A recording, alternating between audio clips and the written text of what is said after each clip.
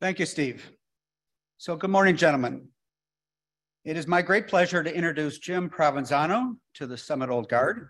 Jim is a lawyer by profession, but don't hold that against him, and worked for a short time in personal injury defense litigation in New York City on medical malpractice and product liability cases. Personal circumstances brought Jim to Italy, where he found that the law market was not really open to foreigners in the 1980s. After a short stint at Vatican Radio, he knocked on the door of the Food and Agriculture Organization in 1987, and he has been working for the United Nations ever since. Jim has worked in 4 different UN organizations, and at that time, in operational roles, including contracts, supply chain, representation, and legal services. He currently is the General Counsel for the United Nations Office for Project Services, which is kind of a general contractor consulting firm to the United Nations system, the governments and the NGOs. As such, Jim brings a unique perspective on the work that takes place throughout the world, far from the international diplomacy playing out in the General Assembly. At the end of this year, Jim will be retiring after 35 years of service to the United Nations. Congratulations. Jim and his wife, Elisa, are longtime residents of Summit, and I'm happy to count him among my friends. So I'd like to present to you Jim Provenzano. Hi, everybody, here and online. Unfortunately, I'm so familiar with Zoom, but we'll manage the best we can. It's a very friendly group, so maybe I'll start with a question. What's the difference between Jurassic Park and the United Nations?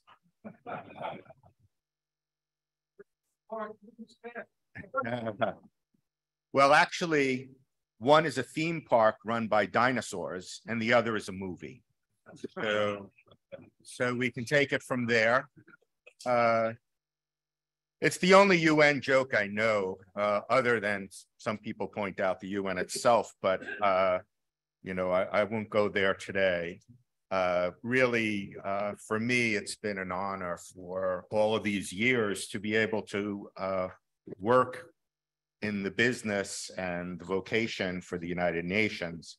And today, what I was hoping to do was to talk a bit more about the things that you don't normally see in the news, on TV, in the papers. There's so much more that goes on and so many things that happen. I've been very privileged to be involved in many of that over these years. I will stay away from the political side of the UN, partially because I really haven't served much on the political side. But I hope that I'll be able to give you the context of how the political and the operational sides operate. In many ways, there are 2 UNs that are actually out there in the world trying to carry out the mission for the UN. But it reminds me to start off with the kind of question where, I don't know, the first words that come to people's minds when you say the United Nations, right? And when I'm interacting with people, very often people will say, you know, well, how many people actually work at the UN? And I think many of you would hazard this kind of question in other sectors, and the usual answer is about 1/3. In reality, you know, we had a situation where a new country director went to a country, I won't name the country, and it was a very big operation with a large building, many floors, lots of security, and you know, the person office was, of course, at the top in the corner. And after the morning of getting through the basics, this director decided to go around and meet the staff, and went down a floor and there was no one there, and went down another floor and there was no one there. And after about an hour of going up and down and looking, he finally found someone who was carrying some files and said, you know, what's going on here? Doesn't anybody work here? And he said, sir, you must understand, in the morning they don't work, In the afternoon, they don't come. And, you know, I think many of us can relate to these kinds of situations which relate to public sector, but actually these are just jokes. And the reality is that there's much more dedicated people who put in very long hours under very harsh circumstances to carry out important work around the world. You know, for me, I'm more of an engine room kind of person. I prefer to be behind the scenes, working on practical solutions to problems to help things advance rather than be on the political side. And that's one of the reasons why I started out that way. You know, I had a need to find a job. My wife was in school in Rome, and I started at the Food and Agricultural Organization. And you know, I could dizzy you. I was thinking about slides, but I said, no, I can provide some materials after for anyone who's interested. But there are more than 50 organizations or entities that have, you know, as we would say in law, juridical personality, that stand on their own and can operate legally in the world. That's part of the UN system. And that's a lot. And it's a world of alphabet soup of all kinds of acronyms to learn. But somehow we try to bring everything together and find a way to work together. And I wanted to focus today on a few examples of the kinds of things that are really in the fore and behind the scenes to understand where they can all go. So in the UN system, to just get a brief handle, everyone knows about the Secretary General and the building that my son used to call the cereal box in Manhattan, and all the buildings around on the campus there of the UN, or as they call it, the district. And in that structure, you have what is called the various organs of the United Nations itself. So you have the Security Council, you have all of the economic commissions and the social commissions and the trustees, and you have the Secretariat, which itself is an organ. And that's why I like to talk about the two. You have the member states that drive the happenings of the UN at the highest levels. And then you have the Secretariat and all of the civil service that will carry out. But once you get beyond that little area in Manhattan on the Upper East Side that no one wants to go to in the end of September because of the traffic jams when you have the high level events and all of the presidents and various heads of state and heads of government come to hold their high level debates. But beyond that, you have what are called the funds and programs. Probably the most notable ones that many of you would know would be UNICEF, which is the Children's Fund, taking care of children. You always see them on TV and in the press. Children are so important. And the World Food Program, which is also based in Rome, which deals with the actual humanitarian delivery of food to people in need. They tend to be the two that grab a lot of the headlines, but there are so many more. As I said, there's almost 50 when you get through funds and programs, commissions. There are the specialized agencies which are separate from the UN itself, but they're part of what they call the system. So you can have the World Health Organization, the Industrial Development Organization, UNIDO, one of the other ones that many people know because of the historic legacy, UNESCO, right? We've heard about the Education, Science, Cultural Organization that would define cities, countries, locales for their heritage purposes to try to preserve. These are all things that are working. And the UN will focus very often on normative things when you get into the world of member states. Very much normatives. What are the standards? Declaration on Human Rights.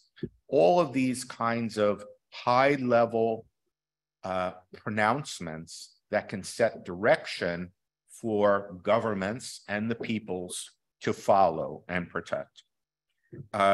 We also have some other related organizations. The World Trade Organization, I'm sure some of you know the World Trade Organization, which tries to govern all the rules around international commerce and trade. OPCW, which is the organization that's trying to prohibit chemical weapons. They stood out very strongly, for example, in Syria. I'll come back and talk to that in a little bit. But in Syria, for the removal of chemical weapons, OPCW is one. The International Atomic Energy Agency, which of course was very active in all the countries where we're concerned with developing countries that are also looking to develop nuclear weapons. So we saw that, for example, very prominently in the situation in Iraq, for example, would be one of the examples. And of course, there are many others. And the mandates are so broad. We cover water, health. I'll talk a little bit about this PIN at the end, which is something called the Sustainable Development Goals, which cover 17 different areas of priorities in the work in the UN. So the impression generally for some people that I talk to, maybe many people, is all of these things are running all over the place at the same time. Everybody wants money. Everybody's spending money. Does this make any sense? Why the UN? Why would we want this? And aside from elements on the political side, I'll talk about some of the more operational elements. One of the things that's really important that I think about the UN is its neutrality. So very often, it can be very difficult for two nations to try to resolve something or work together on something. And the UN can provide a neutral forum that would enable the UN and these governments to somehow resolve some problem. One example of that, very relevant, given the conflict now between Russia and Ukraine, the Secretary General himself stepped in the fall to negotiate an agreement between those two powers for the allowance of grain to be exported from Ukraine. And that's the kind of peace building, but also very much a development. A large part of the third world, especially in Africa, is dependent upon that grain. So we're now seeing crises in Africa for food crises. I'm sure you've seen it all on television and in the press about the challenges of that. And these are the kinds of spillover effects that go on. So it's important that having that element of neutrality can come in and solve some problems. One of the other examples that can be relevant in these areas where you can look and say, well, why else? The UN is extra jurisdictional. It doesn't sit in any country, in any state. It's not subject to laws of any state. So therefore, the ability of a member state to actually influence its actions are not present in that way. There are certainly other things that they can. Money is a big one. And I'll speak to that in some of the examples that are to come. But having that extra jurisdiction enables the UN to carry out many activities on its own without that kind of run-in with laws. And that would be important. Another important factor that I think is positive for the UN is its global reach. The UN is everywhere. Some people don't think that's such a good thing. But one of the things that it helps create is a network and the ability to draw on that network. And here I'll give you a first example. Back in 2010, you may remember there was a really bad earthquake in Haiti. It was probably the worst one up until the one a few years ago in terms of the scale on the Richter scale, but it actually was much more devastating back then because the country really was totally not prepared. As Terry mentioned in the introduction, I work for the United Nations Office for Project Services. I'm sure no one has heard of that. It's one of the 40. And actually, we're an interesting organization where I've been working for the past 13 years because we don't receive any contributions from anyone. We don't get assessed like the UN Secretariat. Governments get assessed that they have to pay in. No one gives us voluntary contributions. So no one just, a lot of the donors, whether they're governments or institutions, make voluntary donations to fund programs and activities. We're actually a fee-for-service organization. So if we don't provide any services, we don't earn any revenue, and we go out of business. So our approach is that we're enabled to work with other UN organizations, or we work directly with governments, or we can work with non-governmental organizations.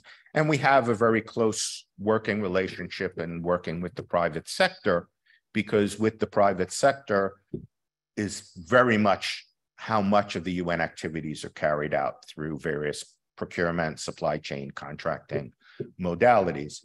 But when that earthquake hit in Haiti, we were about to be thrown out of the country as UNOPS. And the reason why is because the government at the time had wanted us to build some roads, primary and secondary roads.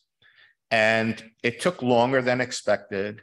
It cost a bit more than the budgets laid out.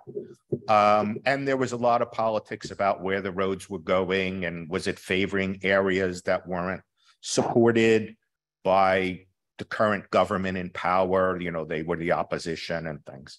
But then the earthquake hit and the roads were standing. They were standing at the end of this horrible earthquake. And they provided an important means immediately for some of the emergency. So what happened was the government in their main departments that deal with public works invited UNOPS in to see how we were going to deal with this situation. And the first thing that needed to be done was actually to assess how bad is the damage, what buildings are safe, what buildings can be renovated, what buildings needed to be just totally replaced, knocked down because they had to be condemned. UNOPS was able to draw on its people around the world that are UNOPS and also other organizations that had engineers and architects. And we brought in teams very quickly from around the globe. And we were able to assess about 250,000 structures and able to mark all of those over a relatively short period of time. And then that led to working with the government for better urban planning for the structures going forward as we would move from the emergency phase into the transition to rebuild, think about resilience in a way for the infrastructure to be able to withstand better. So even though the earthquake in 2017 was much worse, the damage was much less because of a number of steps that the governments took. And I'd like to hope that it was based on some of the assistance that we get. And again, you don't see this really anywhere except perhaps in very deep reporting by public news organizations sometimes. But these are the kinds of ways that the UN can bring its forces to bear to solve very practical, immediate problems, working together with governments. These are some of the benefits. Multi-sectoral work is important. Some people said UNOPS was created in the 1970s. At that time, it was just OPS, and it was part of a program called the United Nations Development Program, or UNDP, which is the largest coordinating organization in the UN that is able to put forward and coordinate development activities around the world. They literally have offices in every country other than the OECD DAC, the major donor countries that exist under the Organization of Economic Cooperation and Development, which is largely, we could say, the donors. And they have offices there too for fundraising purposes, but they operate in all of these countries. And it used to be in the UN, and think about this, why do we have a Food and Agriculture Organization, an Industrial Development Organization, a World Health Organization? Everything was so partitioned. Here we had offices and organizations that existed to single solitary things, and they are all running around in the countries. UNDP then decided in 1973 to create a multi-sectoral projects. So you could have a project that could deal with agriculture and industry together, but then who would they give the money to? FAO or UNIDO? FAO or UNIDO? So they created this general contractor, which was called OPS, who would work with these other agencies to bring them together to bear on the elements that they can get. And of course, the story was, why did this happen and how did it happen? And some people said, well, it was because of this multidimensional thing and the need to coordinate. And others said, well, we had a bunch of projects we didn't know what to do with and people that we didn't know what to do with, and we just threw it at them. And they were very entrepreneurial and very successful. I still haven't met anybody who could answer that question, but certainly these are some of the ways that I have seen over the years where the UN can be successful. Some other examples that I could give, I go back to when I was talking about the chemical weapons. When the deal was trying to be brokered with Syria to remove the chemical weapons that they had stockpiled, and they had some pretty serious stuff. They had mustard gas and they had sarin and they had some of these others. And there was evidence, of course, that they were using this on the population. And when they finally agreed, they had to determine now, how are we going to remove this stuff? In total, they gathered about 90 containers of the most serious chemicals. They had many more chemicals that were less serious, that would require a lot more effort and other kinds of, I'm not a scientist, so I can't really describe what they needed to do to them to convert them to more harmful chemicals. But the most serious ones were about 90 containers. And so the Danish government stepped up and said, we have a transport ship. We can take these chemicals off your hands. The US government also said that, but of course, for obvious reasons, the Syrian government would not let a US ship into its ports or US to be involved in any way. So the US, in the meantime, though, took a ship that's part of their special forces and converted it to a lab on board that could neutralize all of these chemicals.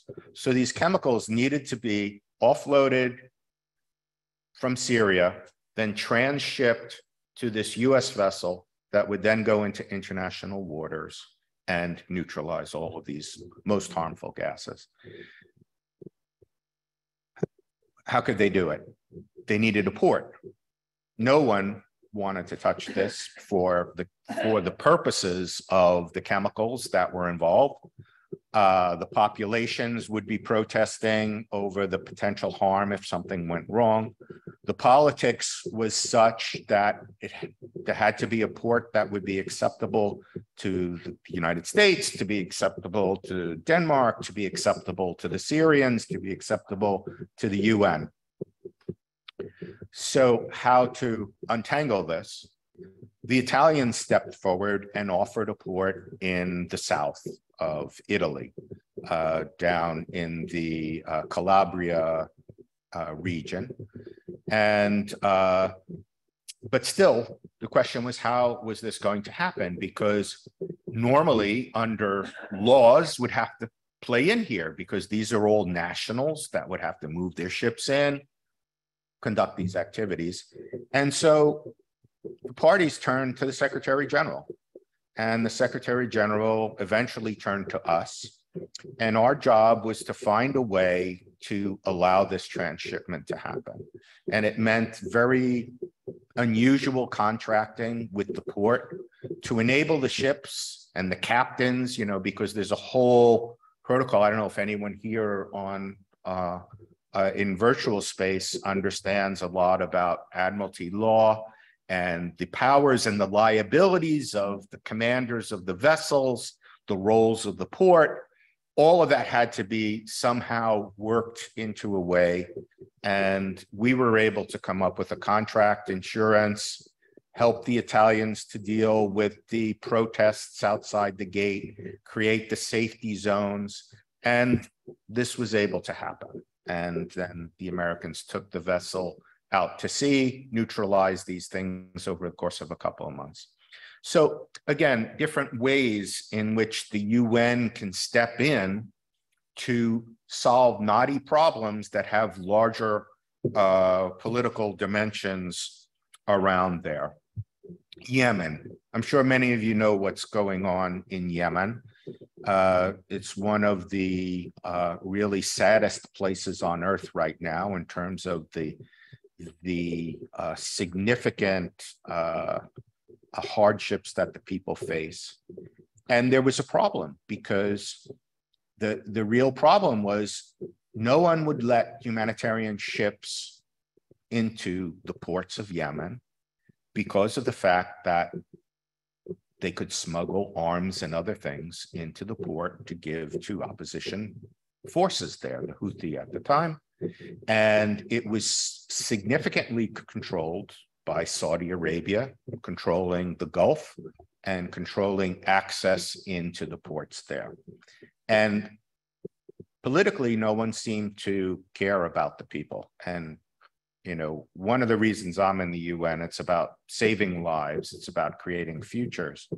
And so again, the Secretary General brokered a deal to allow inspections of ships going in. And the inspectors would run out of Djibouti, which is on the, for those of you who don't know, on the opposite side of the Gulf, but at an early entrance to the Gulf. So as ships come in, to have to go up and into Yemen, would have inspections. And we were called upon to hire inspectors who would go on board ships and actually search them for weapons and things. This holds back to a very dark experience of the UN, which was the Oil for Food program, which I would list as one of my darker moments in the UN. I had the privilege to be on the negotiating team for the UN to negotiate the Oil for Food program, which would enable, at the time, the Iraqis under the Hussein regime to sell oil. The money would come to the UN. That money would go to the humanitarian operations of the UN and through them to other humanitarian operators to bring in needed supplies, equipment, food, et cetera, to the Iraqi people. And of course, on paper, it looked great. In practice, it turned out to be a huge scandal, with the Iraqis selling certificates to individuals that they could in turn resell and make profits on. And lots of goods, weapons, things flowed into Iraq. And so when we had to face UNOPS's role, or at the time I was in UNDP, we were involved in spending some of the money that came out of that program, but we didn't have the inspections. But aware of the experiences there, it was really quite tricky to find a way to get the inspectors in on such an operation. So, but again, a lot of things behind the scenes raise some of the positives and some of the negatives. One of the things I've been very involved with for many years has been demining operations, anti-personnel mine operations. The UN, it's a major part of peacekeeping operations, but it's treated under the humanitarian sphere because the goal is really focused on a victim, or if you prefer, survivor well-being. So these programs are not just about removing mines from the earth, but it's about training people. It's about providing health and physical therapy and for people who have been harmed by mines, and education, awareness, and further, the important element of development is capacity building, enabling the locals to actually do that. So these are, again, different examples. We've operated since 1993 in doing demining. We work through the missions around the world. And of course, this is where the other side of the UN, I don't know if any of you know what was the first peacekeeping mission. One of the first was actually Sinai, to deal with the Israeli-Arab conflicts. That mission still exists, still there. One of the problems with the UN is it has a hard time ending things. And that's why a lot of money still is spent, because there are a lot of things that still go on. Fortunately, it only took them about 20 years or so to shut down their apartheid prevention office after apartheid ended.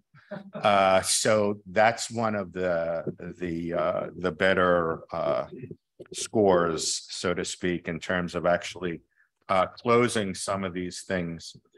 I wanted to go back a little bit, just two more points. One is back to Ukraine. And the way the UN might approach a situation like Ukraine right now, there's conflict going on, but the UN is very busy. I talked about the Secretary General, and there you get an example of what's going on in the political sphere. But on the operational sphere, what is going on? Again, it's about saving lives and building resiliency. So many organizations are bringing in generators, medical supplies, portable hospitals and clinics. They're bringing in food, and this is going into the country. They're bringing in all kinds of psychological, social counseling to help people who are severely affected by all of this conflict that is literally coming into their homes. And it's all of the organizations together. And the way that they do that is they develop strategies and plans. And right now they're in a phase that will take till the end of 2023. They're calling the transition, where they're hoping that by then they can actually transition out of the emergency humanitarian and really start to work more towards the development side of rebuilding the country. The plans, the discussions are already ongoing. But this first phase, when you want to talk about money, they've estimated that they need about $50 billion just to deal with the saving lives portion, providing lives for people to carry on and exist. And they're looking at another 1 billion plus to start shifting the discourse and the activities towards resilience. I don't know how a situation like this could be dealt with outside of the UN, but there still are very valid questions onto, is this still the UN doing it the best that it can? Can it do it better? How can it do it better? The big challenge is the UN has to work, except under very special circumstances, such as Security Council decisions, has to work with the consent of the government where they're operating. And that can also sometimes be a challenge. And of course, many funds come in voluntarily through donors who have their own conditions. So sometimes we're looking this way to try to get the agreement with the local government. Yes, this is good. This is the way to do it. And then we have the donors coming in and saying, well, if you want our money, you have to do it this way. And we're turning to them. No, can we do it this way? And trying to negotiate both sides. So I'd like you, at least walking out the door today, to think a bit more and search a bit more about the UN working at a level that is much more, how shall I say, more operational. There are many people out there dedicated that have lived their whole lives in very horrible places trying to do good things and are doing good things. My final point is a thing to think about. This pin that I have here, try to get it better for the camera. This is the symbol of the Sustainable Development Goals. This was adopted in the UN, but it's not just a UN initiative. It was adopted 6 years ago, I believe, and it represents 17 goals that the UN believes really need to be achieved by 2030, and how they would like to see where the world can go. And if you just look up SDG online and try to avoid all the private sector stuff, you'll find these development goals. But what are they? They're common sense, right? There's no poverty. That's number one, actually, on the list. Zero hunger, clean water, good health, the very basics, because there's so many people in the world who are without these basics. But here's where the problem is. When this was set up, of course, the UN set up an SDG fund, and a bunch of institutional and government donors threw money in there until the Syrian refugee crisis happened. And unfortunately, it's a zero-sum game. So many of the donors asked for the money to be taken out of the SDGs to be spent on the crisis, right? And then COVID hit. And then the money was taken out of the refugee crisis and thrown into COVID support. And now we have Ukraine. The money's coming out of COVID and going in there. These numbers are extraordinary. The real key where the UN is trying to look now, and if anybody has any good answers, there are a lot of people who would like to hear it, but how can we increase financing for development instead of just moving around a pot from one crisis to the next in this zero-sum game? So I'll stop there. I have plenty of things, but I see the clock, and I'm sure you have plenty of questions. And again, it's really been an honor. I want to thank Terry and Steve and really all of you for allowing me to be here today. Yes. Thank you so much, Jim. And questions from the audience first. Thank you very much. Very interesting talk. Obviously, Trump made much of the fact that the funding for the United Nations is dependent too much on the United States. Would you any comment on that? It's a good question. I'll try not to get into the politics too much there. Oops. But one of the issues, of course, is that the US, like any other member state, pays an assessed contribution. And I think I forget the number, I think they pay 12 or 15% of the UN standing cost as an assessed contribution. They pay 28% mandatory for any peacekeeping operations. And then they contribute significant amounts voluntarily for various humanitarian or other causes.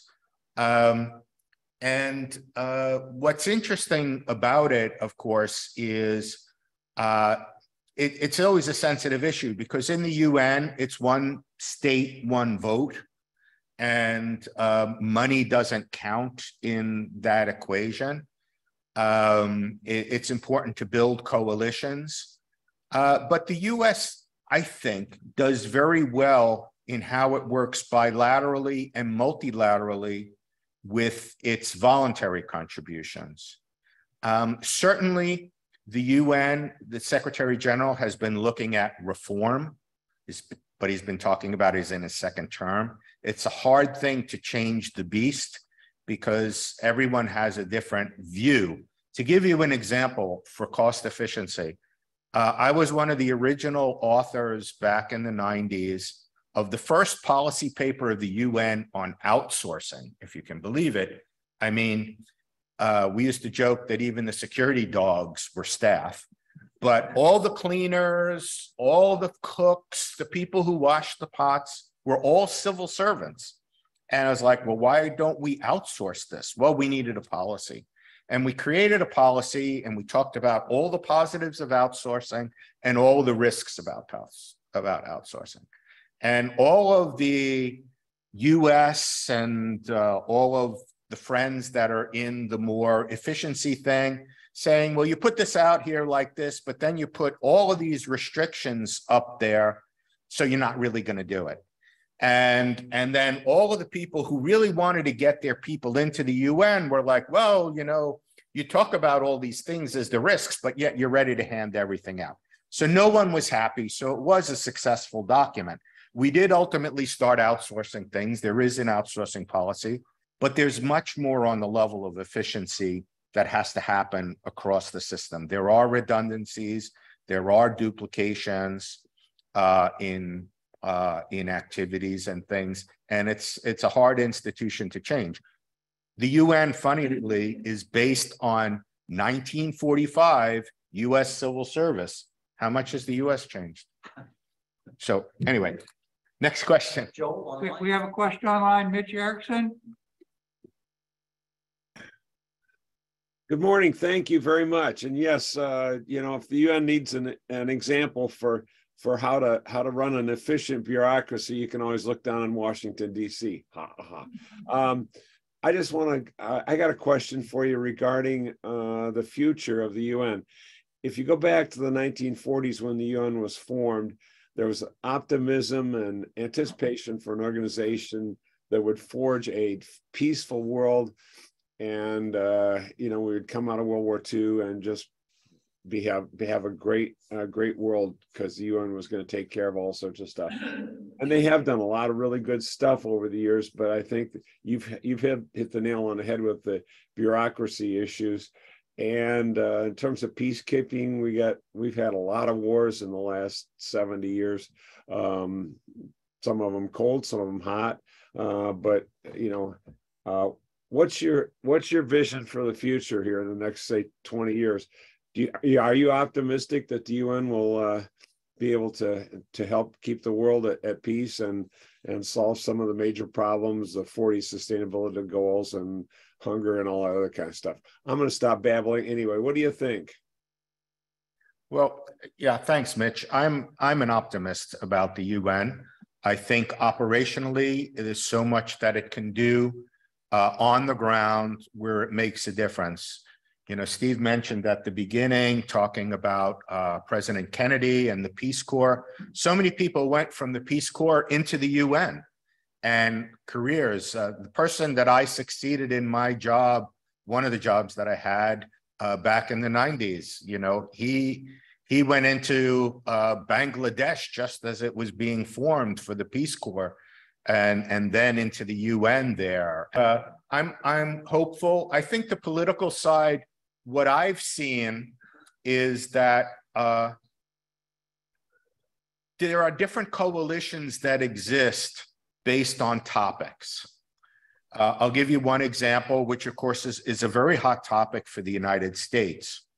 There's a program called the Population Fund, or UNFPA, because it used to be called the Fund for Population Activities.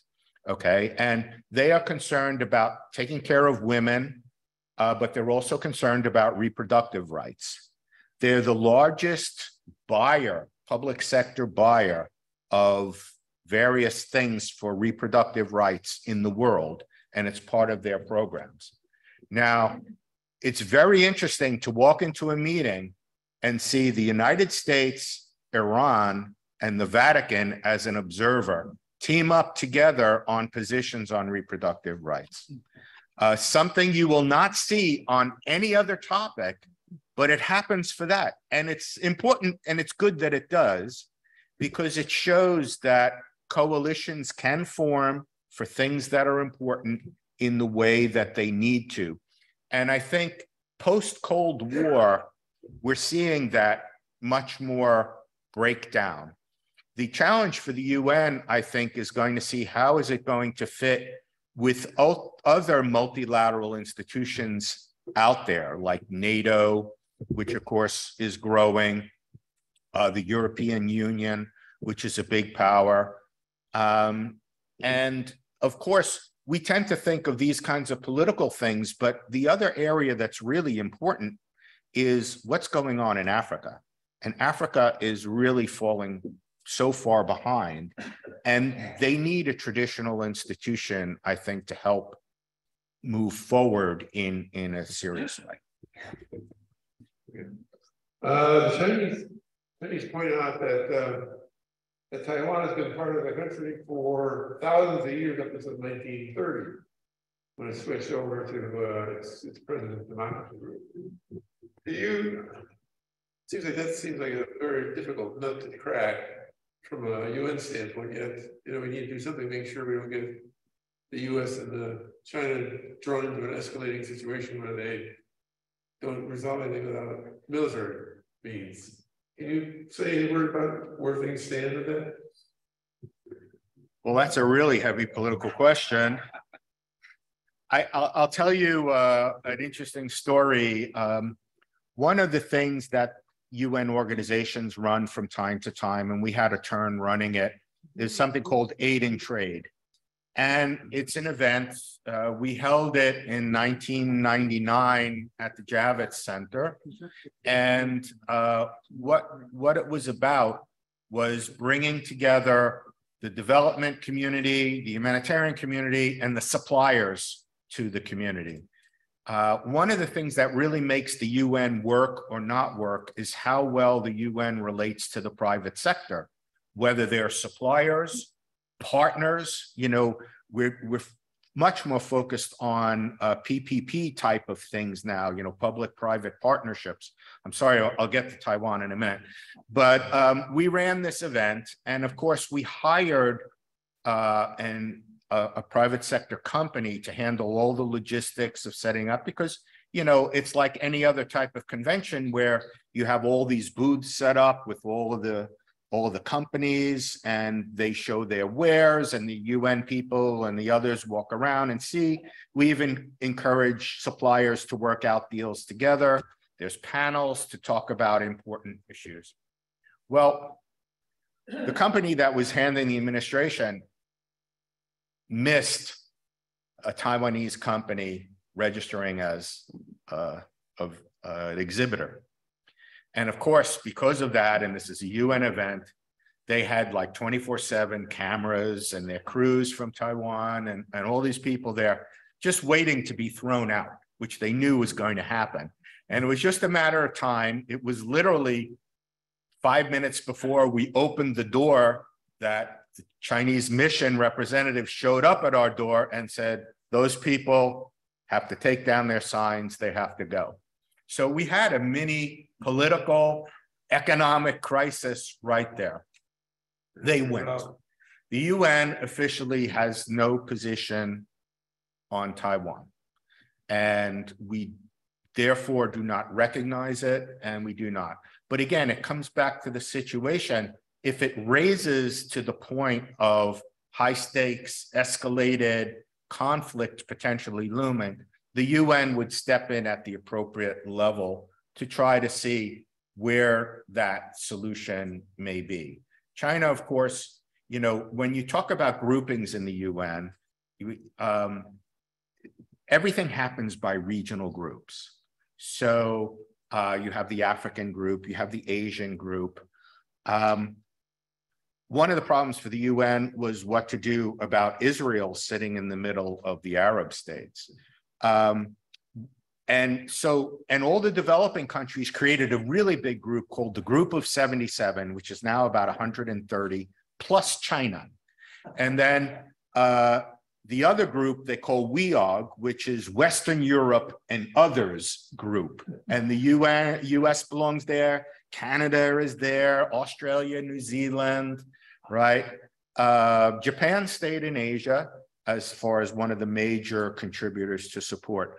But that's the way the politics plays out. And of course, China, Russia, US, UK, France, you know, the big five on the permanent reps of the Security Council, they have big weight to carry. And so it calls for bigger guns than I would to try to solve that problem. But it happens at the simplest level and at the highest level, for sure. Joel, anyone else online? Miguel, Mr. Provenzano. Hello, Miguel. I haven't seen you in a long time. You live about 100 feet away from me. I'm going to ask a question of personal interest because maybe you can give me a hint. What does the UN do in the Caribbean? Is there a Caribbean group with all of the islands treated as one group? Or do they lump it in with North or South America or something? And within that Caribbean group, what do they do about Puerto Rico? Yeah, there is a Caribbean group. Most regional settings of UN organization is Latin American and the Caribbean, and they're put together, but they exist separately. They have their own group, which is called CARICOM. They even split between Eastern Caribbean groups. Right now, the main, shall I say, the leadership, maybe not holding office at any particular time, but the main coordinator and leader is Antigua Barbuda. They seem to be the most active among the groups. The UN is looking at a lot of issues around innovation on how they can find to do things better. Supply chain, where they can combine requirements to be able to get better prices for things by buying in larger quantities, because each of them don't have a lot on their own necessarily to be able to impact markets. Of course, with climate change, there's quite a bit that's going on now to worry about rising sea levels and resilience to extreme weather that's going on there. Housing is a big area that there's a lot of focus as well. Puerto Rico doesn't stand within that group because of its relationship with the US.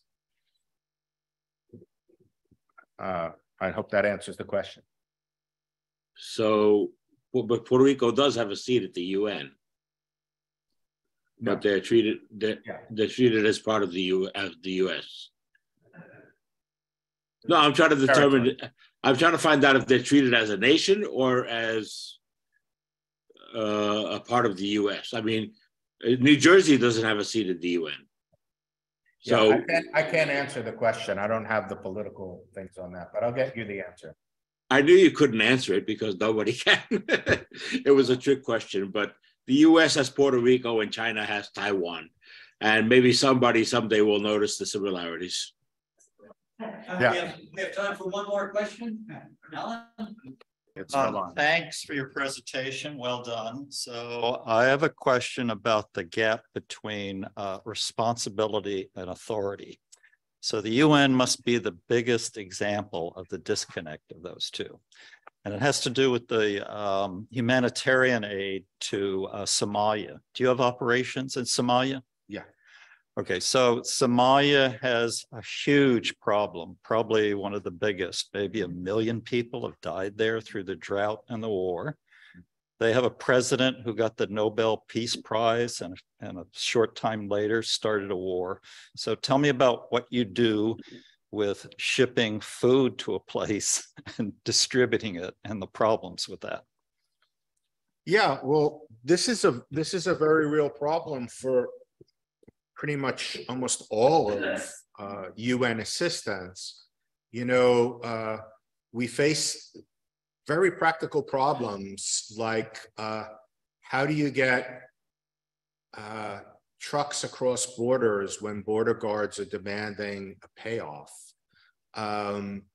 You know, how do you, and there's the bad stuff, but there's also the cultural things. One of the very first projects I worked on was in Egypt back in the mid-'80s. And we were trying to promote some sort of enterprises for women.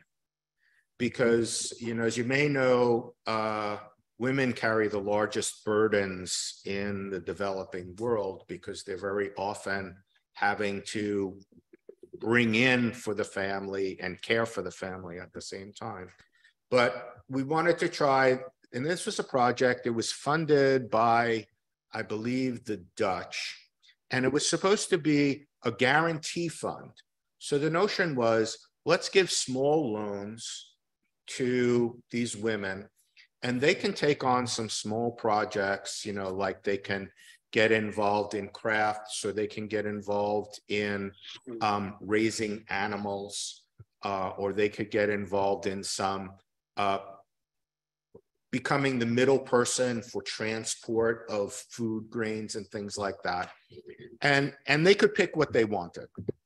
And it was then, I was actually working in finance at the time. And so I had to come and monitor this performance.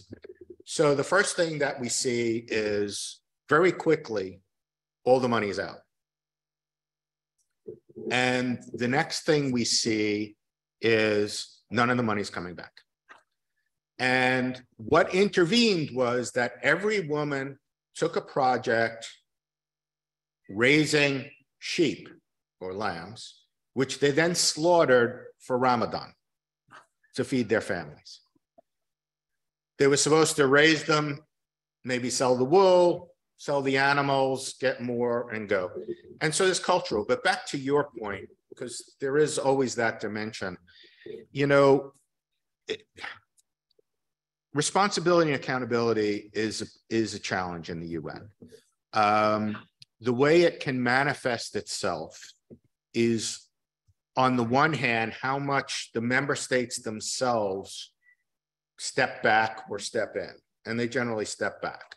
The member states are responsible to set the direction, set the budgets, and oversee. It generally means, what did you do? In practice is how it works out. And that whole workings of the various governing bodies need to improve in order to shrink that gap. On the responsibility side and the accountability side, the challenge comes around that we have to work with the governments. So you hit the problem on the head. You have to work with the governments in all these places, South Sudan, you know, any of these countries, Somalia, Yemen, whoever's the authority, you have to work with. And that's where we try to find a level of comfort where both sides can operate. It's not ideal, but it's a way of getting what we can done to the extent that it can. Ideally, there's nothing that requires a government to have to do anything. So even all of these resolutions and things, they're left up to member states to decide to do it or don't. And we try to encourage them to do. So these problems will go on and will be a big drain on finances, waste. But of course, no one's looking at the developing world where, I forget what the number is, I think it's 35% of the food production for the developed world is wasted. And you know, we have these dichotomies, and whoever invents the way of circularizing that through the system in one form or fashion would be incredible. The UN can only take it at any moment that we are. So, you know, today's hero is tomorrow's villain. We see that in so many countries.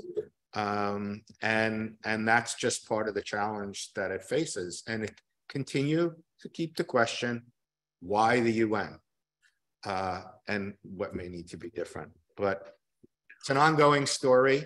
Someone asked, you know, what am I going to be seeing in 20 years? I hopefully watching television. But in any event, it's been really good. It's a great group. And if you want, you know, I filled in the form in the back as the guest. I'm happy to take any emails from anybody. If you have follow-up, if there's any materials that I have, I can think I'll send them through Terry for circulation. But it's really an honor for me to be here and speak to you all today. Jim, thank you so much for a wonderful talk. Some 50 or 60 years ago, I believe it was Adlai Stevenson who said that the United Nations is the last best hope for mankind. And my takeaway today is that maybe that's not quite so true politically, but we have made great strides at the humanitarian side. And we thank you for the role you have played in that. And now Terry will provide our formal thank you. So Jim, thank you so very much. I have a certificate of appreciation. A certificate of appreciation for you from the Summit Old Guard. It has the orchid on the front, which harkens back to the beginning of the Summit Old Guard in 1930, when Summit was a major distribution and manufacturing center for the orchid. But it also reminds us of the original purpose that the Summit Old Guard was founded for, which was fellowship and community. So with that, I present you this certificate of appreciation. Thank you.